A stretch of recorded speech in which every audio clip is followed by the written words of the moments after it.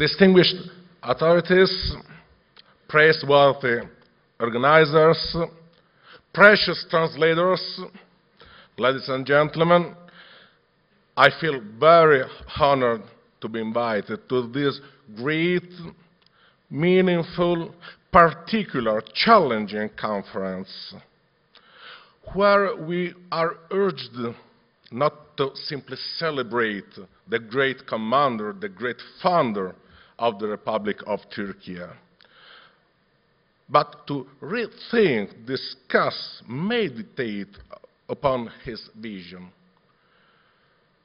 However, first of all, Türkiye Cumhuriyeti kutlu olsun, Türkiye Cumhuriyeti'nin 100. yıl dönümü kutlu olsun. First of all.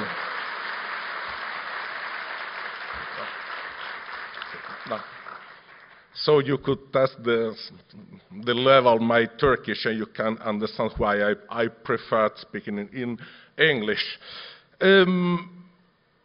Once again, I experienced the warm hospitality of my second country. And I want now to recall that in my first large essay concerning Kemalist Turkey, published in 1991, I devoted half of this work to the economic policies of the Turkish Republic of Atatürk, and really I stressed the balanced, the pragmatic policies that were unfolded, and the way how Turkey could resist to the storm of the Great Depression. Actually, the distinguished authorities who have delivered the speech before me have dwelled on some points, so I will change something of my speech, not to repeat too many things. Apart from economy, what is Atatürk's legacy today? The core point of this important particular conference, what of Atatürk's set of ideals and beliefs go beyond his times and are a good compass for us in these troubled present times. Really,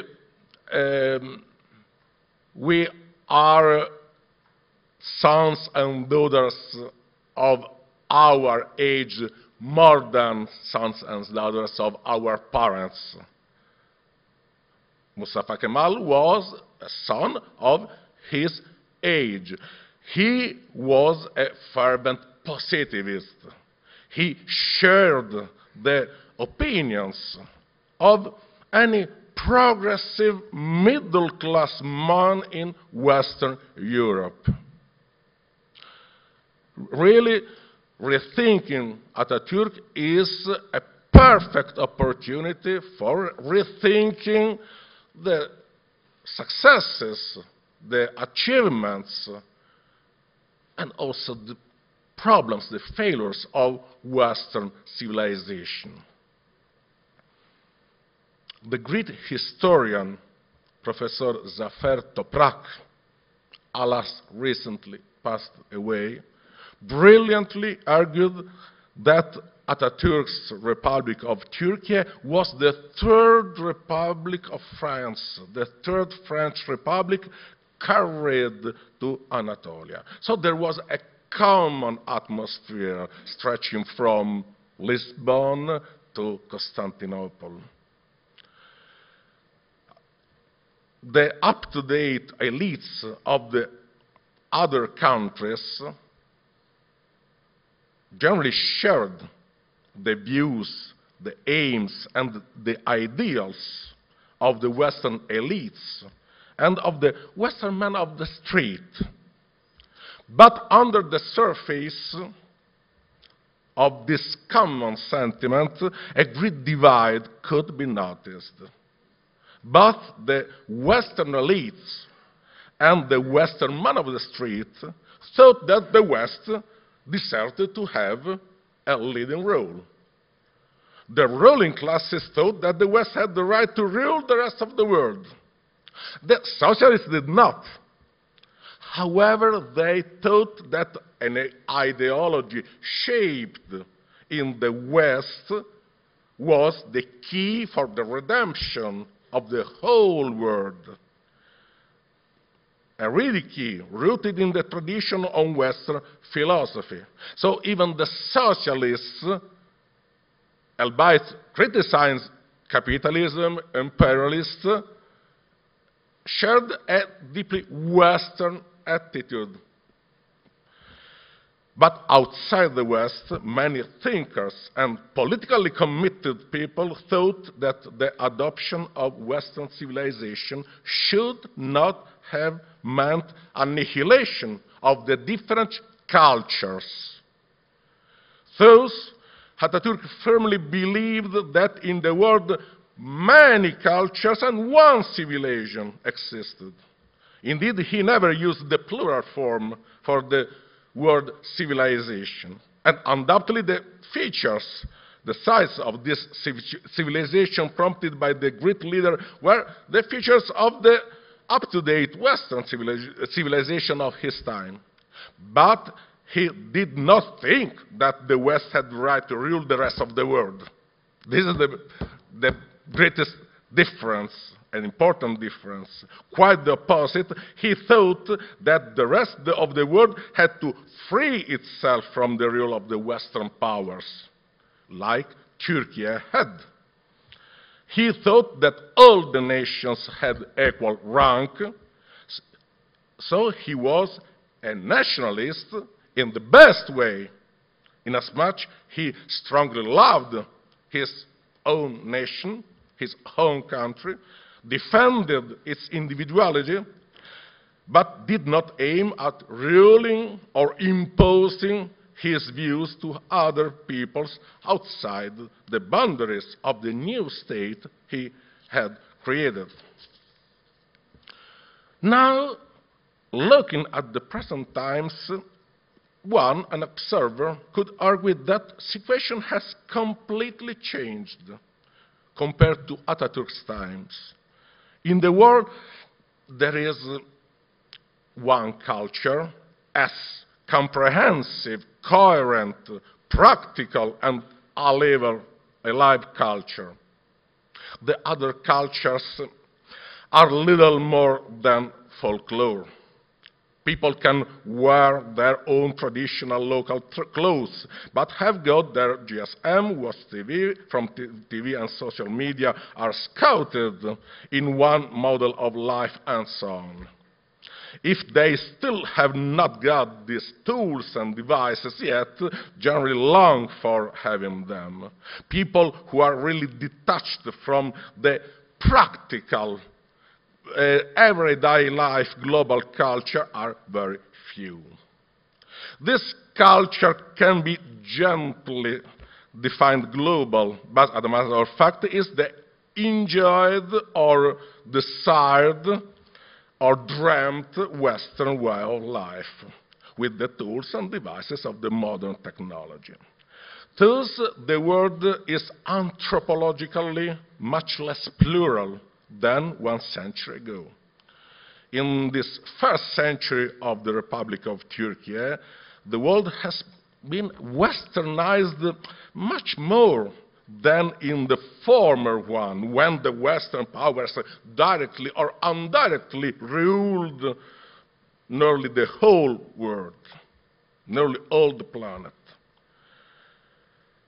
At the same time, both the elites of many important countries outside the West and many individuals inside the Western countries consciously reject Western civilization, refuse to be part of Western civilization, consider it evil, corrupt, void.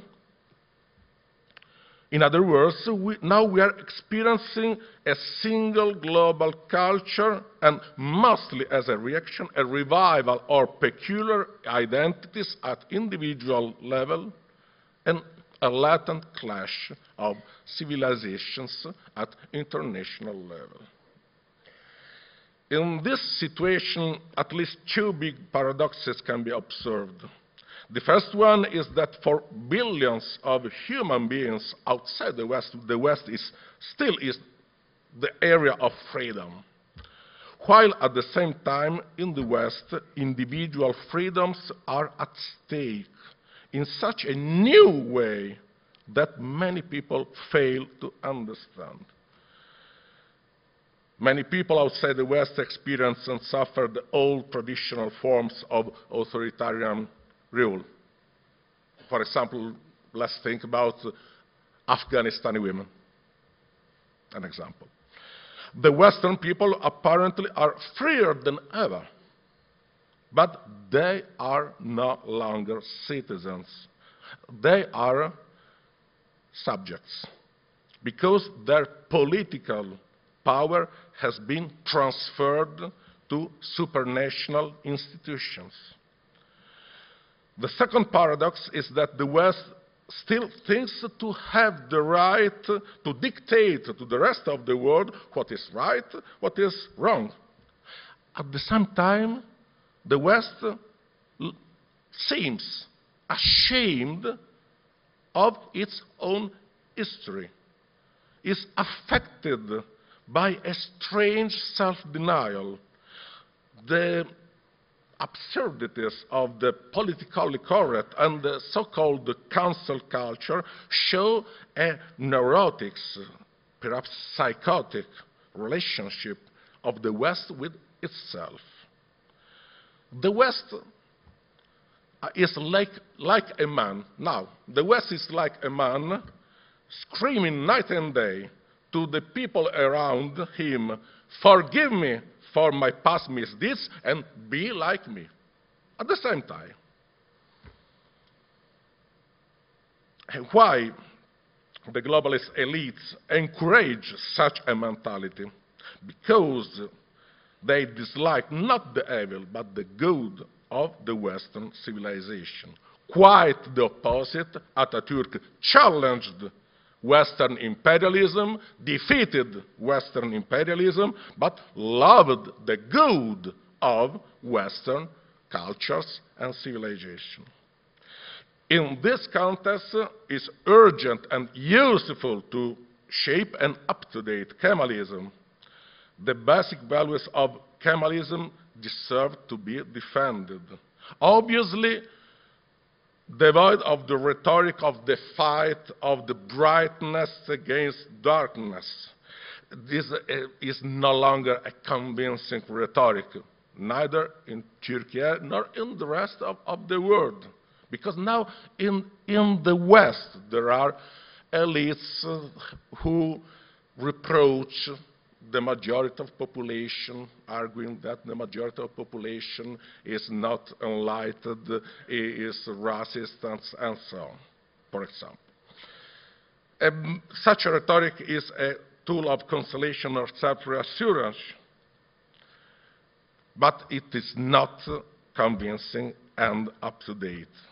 What is up-to-date, for example, is Atatürk's firm belief that the various nations must keep and care their own individuality, their independence, and especially their economic independence.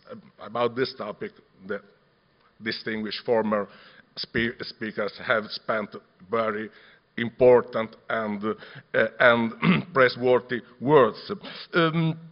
So now let me add that this topic is a topic I am particularly sensitive about as an Italian historian.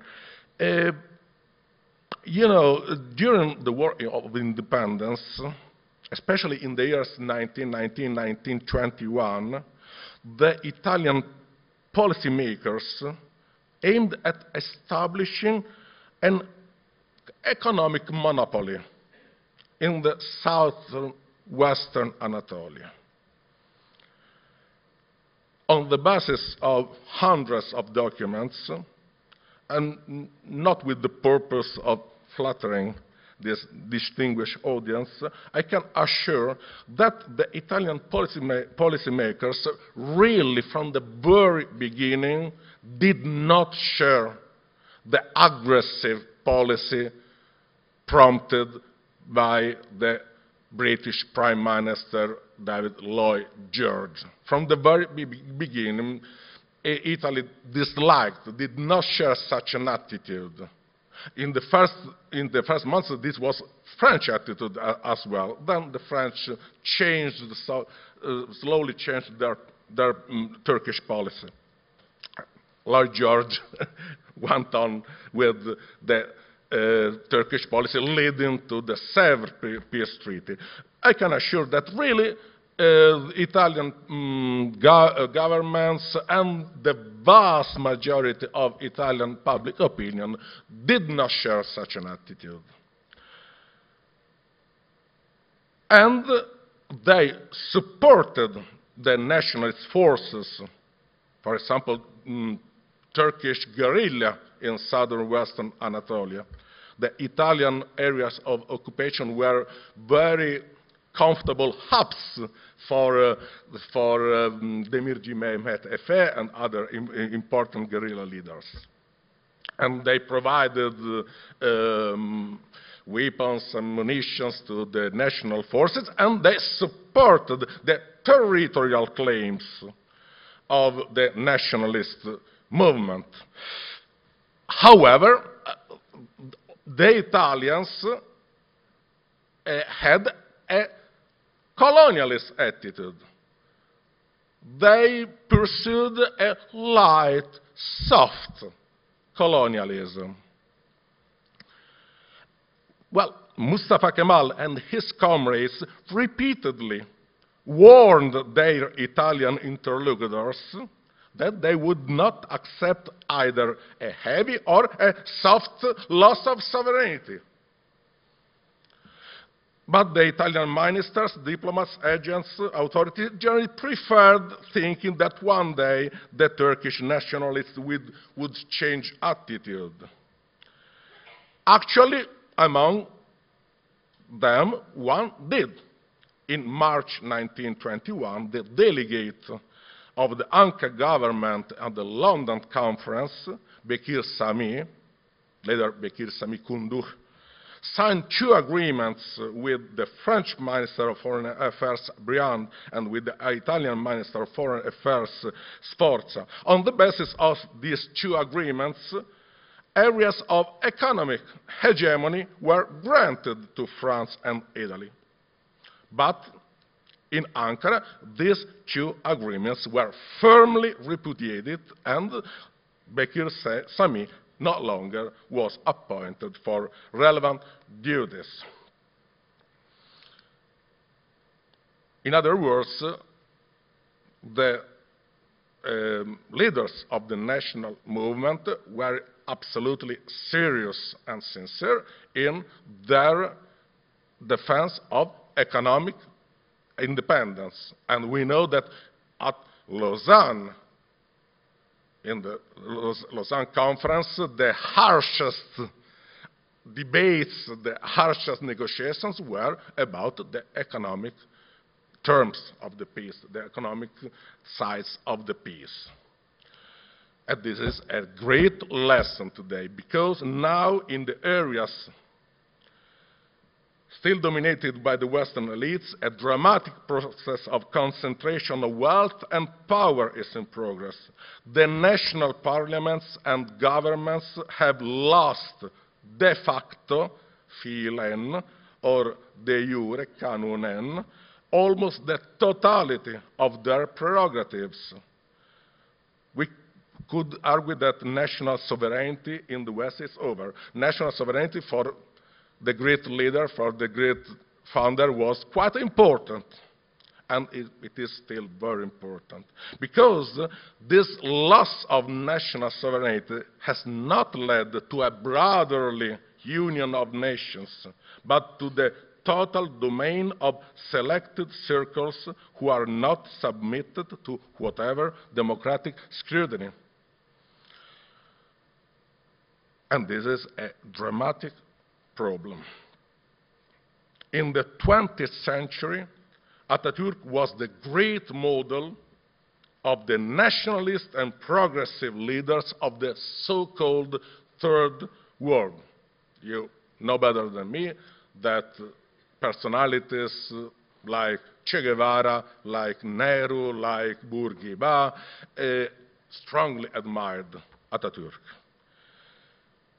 Atatürk was the great model for the fight against Western imperialism.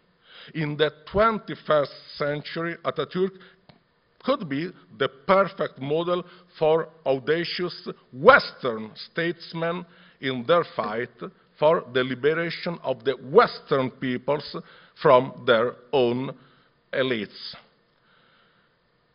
Western Europe, indeed, is now in a situation quite similar to the situation of the Ottoman Empire in 1881, when its finances were formally submitted to foreign rule, and to the situation of the Ottoman Empire in 1920, when its legitimate government signed the peace treaty of Sèvres. We know that in Turkey, Atatürk's famous call to the Turkish youth is hanged to the walls of all the schools and public offices. And I'm starting suspecting that it is time to hang this famous call to the walls of all the schools and public offices of Western Europe. So to come to the conclusion of my speech, another important and still very useful side of Atatürk's legacy is ethic.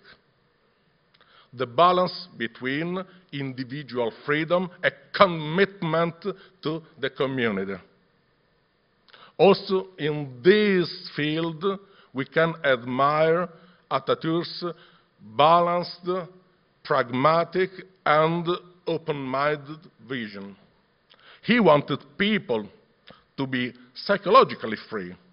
He wanted, especially women, to be free. But I don't think that he would have looked favorably at widespread consumism and lavishness. He thought that freedom is strictly linked to a deep commitment toward community. He did not conceive freedom as individualistic egoism and egotism. He shared the idea of society as an organism, not as the mathematical addition of individuals. Now, some circles in the West promote absolute individualism. They want the Western man to be and feel totally free. And I suppose nobody is against freedom here. But the problem is that the old values are belittled and even ridiculized. The Western woman and the Western man can do whatever they can do if they have got enough money to do it. For example, buying children. They are completely free and alone. They are increasingly deprived of welfare and social protection.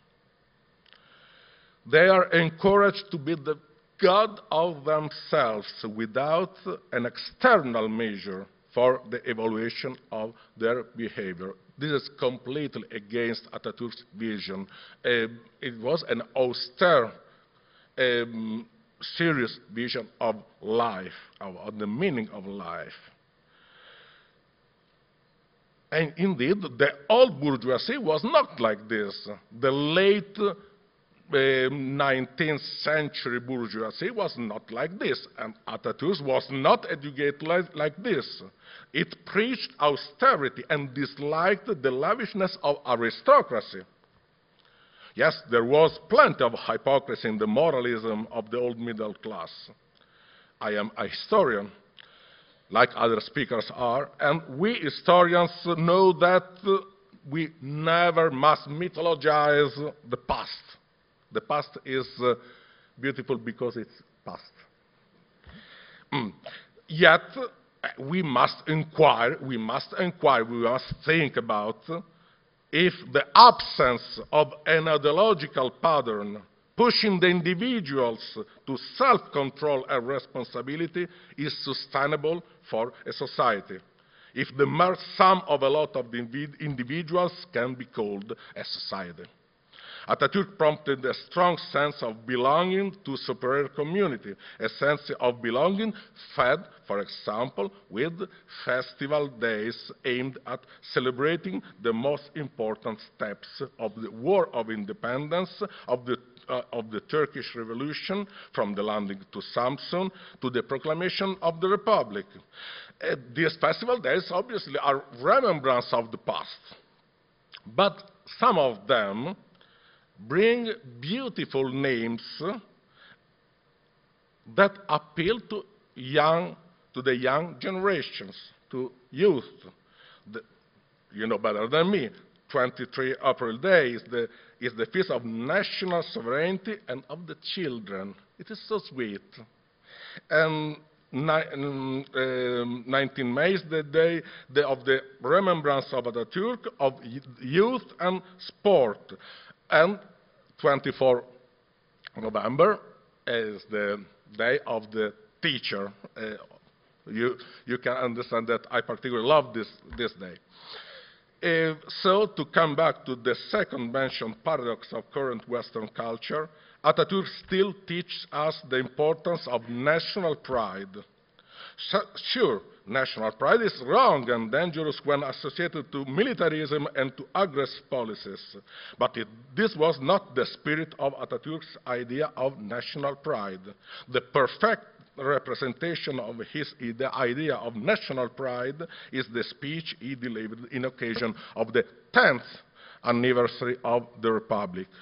It is really one of the most beautiful, of the noblest speeches in the history of 20th century, and maybe of all history, because it is the speech of a great, successful military leader. He could dwell long minutes about his own victories, on military victories. Yet, he did not connect national pride to the past military victories, but to civil and ethical values like work, science, and arts. And I praise to Bankası for its strong and praiseworthy support to cultural activities. This is one of the most beautiful sides of the great economic holdings and institutions in Turkey. They keep this strong, deep, warm, pedagogical vision of the great leader. Memory and progress, self-respect, respect of the others. In this way, a society can correctly develop. And also, for this matter, Atatürk's pedagogical vision is still a great lesson for all of us. Thank you.